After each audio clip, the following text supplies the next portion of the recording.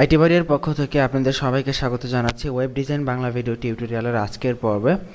গত পর্বে আমরা কিভাবে ফুল উইথ ব্যাকগ্রাউন্ড তৈরি করতে পারি সেই সম্পর্কে কিছুটা আইডিয়া পেয়েছিলাম, এবং আজকের পর্বে আমরা বাকি অংশগুলো দেখার চেষ্টা করব যে কিভাবে আমরা ফুল উইথ ব্যাকগ্রাউন্ড তৈরি করতে পারি। তো এখানে আমরা একটি ক্লিন HTML ফাইল তৈরি করেছি এবং একটি CSS আছে, HTML এর সাথে CSS লিঙ্ক আপ করানো আছে। তো আমরা আজকে একটা টেস্ট তৈরি করব, যে এই বিষয়টা টেস্ট প্র্যাকটিক্যালি দেখব এবং পরবর্তীতে আমরা যে ওয়েবসাইটটা এতদিন ডিজাইন করে আসতেছি সেই ওয়েবসাইটটাতে এটা ইমপ্লিমেন্ট করব। তো চলুন শুরু করা যাক। দেখুন, আমরা বলেছিলাম যে আমাদের অ্যাট ফার্স্ট এমন একটা ডিভ ক্রিয়েট করতে হবে যেই ডিভটার উইডথ হবে বাম থেকে ডান পাশ পর্যন্ত। সো আমরা এখানে দিতে পারি যে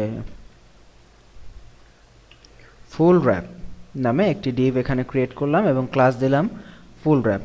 এবং আমরা বলেছিলাম যে ফার্স্টে আমরা যে ডিভটা তৈরি করব এরকম বাম থেকে ডান পাশ পর্যন্ত, এরপরে 960 পিক্সেল উইডের জন্য মানে মাঝামাঝি পজিশনের জন্য আমাদেরকে আরেকটা ডিভ তৈরি করতে হবে যেটার উইড থাকবে 960 এবং মার্জিন 0 অটো থাকবে।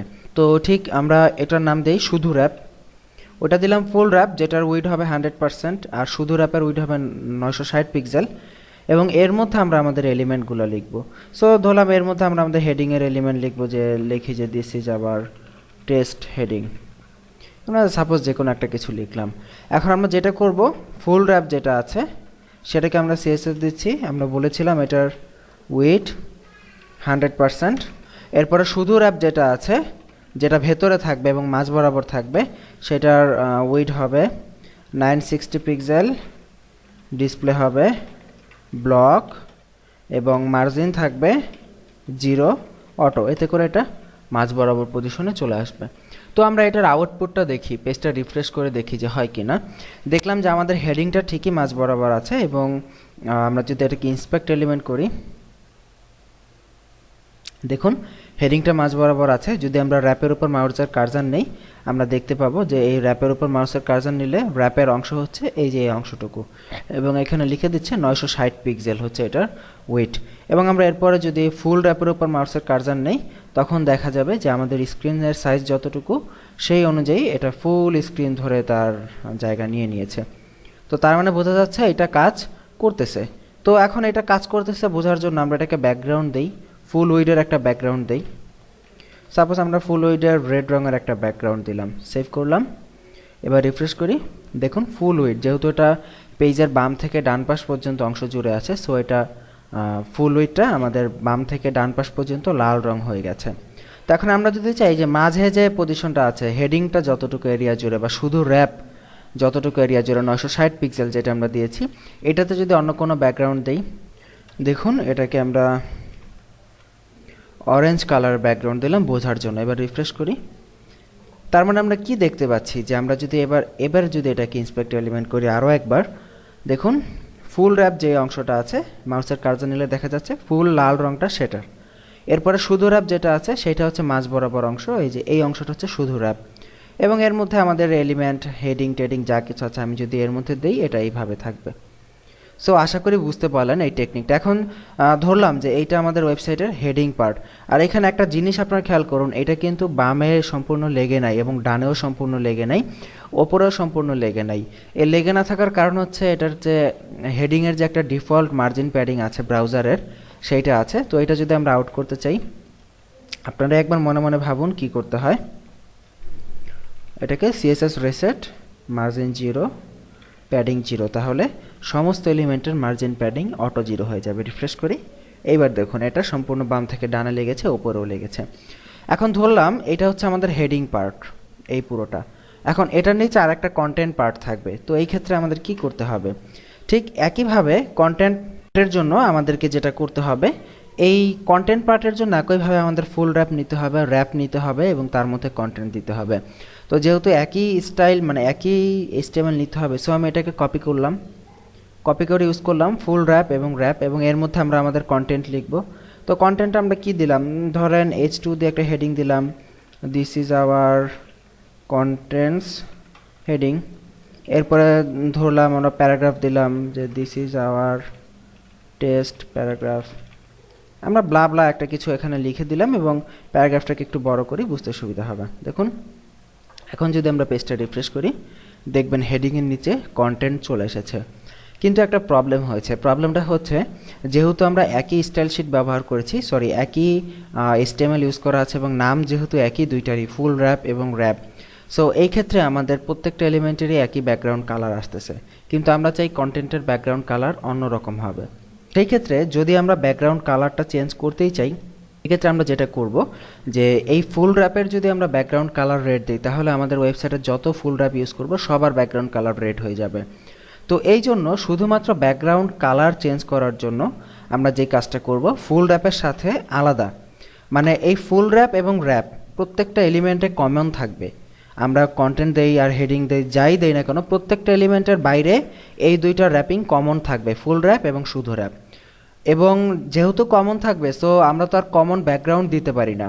এই জন্য আমরা এখানে এই ক্লাসের পাশে আরও একটা ক্লাস নিয়ে নিব আমাদের নামের সাথে মিল রেখে। যেমন এটা যদি হেডার ব্যাকগ্রাউন্ড হয়, তাহলে হেডার বিজি। এখন এইটা এখান থেকে কেটে দেই এবং ডাইরেক্ট র্যাপ থেকেও কেটে দেই। এখন আমরা হেডারে কি নিয়েছি, হেডার বিজি। এখন যদি আমরা হেডার বিজি ক্লাসের মধ্যে কোনো ব্যাকগ্রাউন্ড দেই, যদি ব্যাকগ্রাউন্ড রেড দেই, সেভ করি, এটাও সেভ করতে হবে, যদি রিফ্রেশ করি, দেখুন যেহেতু আমরা শুধু ওপরেরটার মানে হেডিংয়ের হেডার বিজে দিয়েছি, এইটা ঠিকই ব্যাকগ্রাউন্ড হেডার লাল হয়ে গেছে। এখন যদি আমরা দ্বিতীয় এলিমেন্টের মানে কন্টেন্টের, আমরা যদি এটাকে লিখি যে কন্টেন্ট বিজি মানে কন্টেন্ট ব্যাকগ্রাউন্ড, এটাকে যদি আমরা এখন দেই, ধরলাম এটার ব্যাকগ্রাউন্ড আমরা দিব অরেঞ্জ, দিয়ে যদি সেভ করে রিফ্রেশ করি, তাহলে দেখুন দ্বিতীয়টার ব্যাকগ্রাউন্ড অরেঞ্জ হয়ে গেছে। আশা করি বুঝতে পারতেছেন যে কিভাবে আমরা একই সিএসএস মানে একই স্টাইল শিট ব্যবহার, একই HTML ব্যবহারের পরেও আমরা কিভাবে আলাদা আলাদা সিএসএস দিতে পারি। এটা হচ্ছে আমাদের ক্লাসের সুবিধা। আপনারা ক্লাসের সুবিধা সম্পর্কে আগেও জেনেছেন, সো এটা হচ্ছে তার একটি প্র্যাকটিক্যাল ব্যবহার। ঠিক আছে, তো এইভাবে কোডিং করার সুবিধার্থে এই ক্ষেত্রে আরেকটা জিনিস বলে রাখি, আপনারা বলতে পারেন যে তাহলে মাঝখানের অংশটুকু কিভাবে আলাদা করব।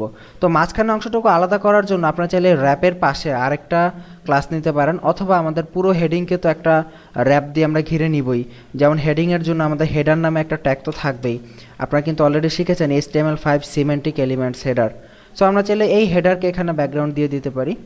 যেমন এইখানে যদি আমরা হেডারকে ব্যাকগ্রাউন্ড দিই, দেখুন হেডারকে যদি ব্যাকগ্রাউন্ড দেই অরেঞ্জ এবং সেভ করি, তাহলে যেহেতু হেডার র্যাপের মধ্যে হেডারের যাবতীয় এলিমেন্ট আছে, সো এই জন্য এটা হেডারটা অরেঞ্জ হয়ে যাবে। রিফ্রেশ করি, এই যে দেখুন হেডারের মাঝের অংশ অরেঞ্জ। ঠিক একইভাবে কন্টেন্টকে যদি আমরা চাই, তাহলে কন্টেন্টকে একটা ডিভের মধ্যে নিয়ে যাই, নাম দেই মেইন কন্টেন্ট, নিয়ে গেলাম কন্টেন্টকে ডিভের মধ্যে। কারণ আমরা জানি যে আমাদের এক একটা কন্টেন্টের ফুল এলিমেন্টকে অবশ্যই আমাদের ডিভের মধ্যে রাখতে হবে, তাই না? তো বাইরের র্যাপ এবং ফুল র্যাপ এই দুইটা হচ্ছে এক্সট্রা ডিভ, আর এইটা হচ্ছে মেইন কন্টেন্টের ডিভ। তো এই জন্য এটাকে যদি আমরা মেইন কন্টেন্ট দেই এবং এটাকে যদি আমরা ব্যাকগ্রাউন্ড রেড দেই, সেভ করি এবং HTMLটাও সেভ করতে হবে। সেভ করে যদি রিফ্রেশ করি, দেখুন এটার ব্যাকগ্রাউন্ড লাল হয়ে গেছে। এবং এখানে কিন্তু একটা জিনিস লক্ষ্য করুন, এই দুইটা কিন্তু সম্পূর্ণ আলাদা, হেডিংও আলাদা, কন্টেন্টও আলাদা, এবং দুইটার আমরা চাইলে আমরা লং ওয়াইড ব্যাকগ্রাউন্ড ইউজ করেছি এবং চাইলে ভেতরে এলিমেন্টের জন্য আলাদা ব্যাকগ্রাউন্ড ইউজ করেছি। তো এইভাবে টেকনিক খাটিয়ে আপনাকে এই টেকনিকটা অবলম্বন করতে হবে। এবং এই ক্ষেত্রে কোডিংয়ের সুবিধার্থে আপনারা একটা কাজ করতে পারেন, যেহেতু ফুল র্যাপ এবং র্যাপ এটা সবসময়ই কমন, আপনারা আপনাদের HTML এর ফাইলের শেষে এইভাবে ফুল র্যাপ র্যাপ এবং এরকম করে একটা মানে স্পেস দিয়ে এরকম একটা ফাইল তৈরি করে এটাকে এইভাবে কমেন্ট আউট করে রাখতে পারেন, যাতে করে আপনি যখনই ইউজ করবেন এটা সিএসএস তো লেখাই থাকবে এই দুইটার জন্য, এইভাবে কমেন্ট আউট করে রাখবেন।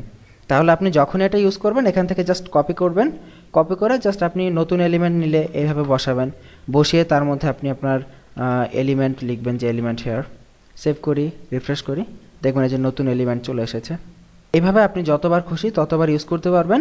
এবং সেটার যদি আলাদা ব্যাকগ্রাউন্ড দেওয়ার পরে সেখানে জাস্ট আপনি এটা মনে করেন এলিমেন্ট বিজি আমরা নাম দিচ্ছি, আলাদা একটা ক্লাস নেবেন এবং সেই ক্লাস নিয়ে সেটাকে আলাদা ব্যাকগ্রাউন্ড দিবেন। যেমন আমরা যদি এটাকে ব্যাকগ্রাউন্ড কালার এখানে কি দিব, ইয়েলো যদি দেই, দিয়ে সেভ করে রিফ্রেশ করি, HTMLটা সেভ হয়নি, সেভ করেছি, রিফ্রেশ করি, দেখবেন এটার একটা ব্যাকগ্রাউন্ড কালার ইয়েলো চলে এসেছে। এটার যদি আমরা একটা হাইটও দেই, তাহলে আপনারা দেখতে পাবেন যে এটার একটা হাইটও পেয়ে যাবে। যেমন হাইট 25 পিক্সেল দেই, সেভ করি, দেখুন এটার হাইট বেড়ে গেছে। সো এইভাবে আপনারা এই মানে মাঝামাঝি অংশে আপনারা কাজ করতে পারেন, এবং এতে করে আপনাদের ওয়েবসাইটের এলিমেন্টগুলো মাঝে ঠিকই থাকবে এবং ডানে বামে ফুল ব্যাকগ্রাউন্ড হবে। তো এই জিনিসটা আমরা যে ওয়েবসাইটটা এতদিন তৈরি করেছি সেই ওয়েবসাইটে আগামী পর্বে অ্যাপ্লাই করব। তো আশা করি সবাই বুঝতে পেরেছেন। যদি না বুঝে থাকেন এই ভিডিওটি আরেকবার পুনরায় মনোযোগ সহকারে দেখুন, এবং আমাদের সোর্স কোডে মানে সোর্স ফোল্ডারের মধ্যে সোর্স কোডগুলো দেওয়া আছে, যেই কোডগুলো আমরা তখন লিখেছি সেই কোডগুলো দেখে একবার প্র্যাকটিস করুন। ভালো থাকবেন সবাই, সুস্থ থাকবেন। আগামী পর্বের আমন্ত্রণ জানিয়ে এখানেই বিদায় নিচ্ছি। আল্লাহ হাফিজ।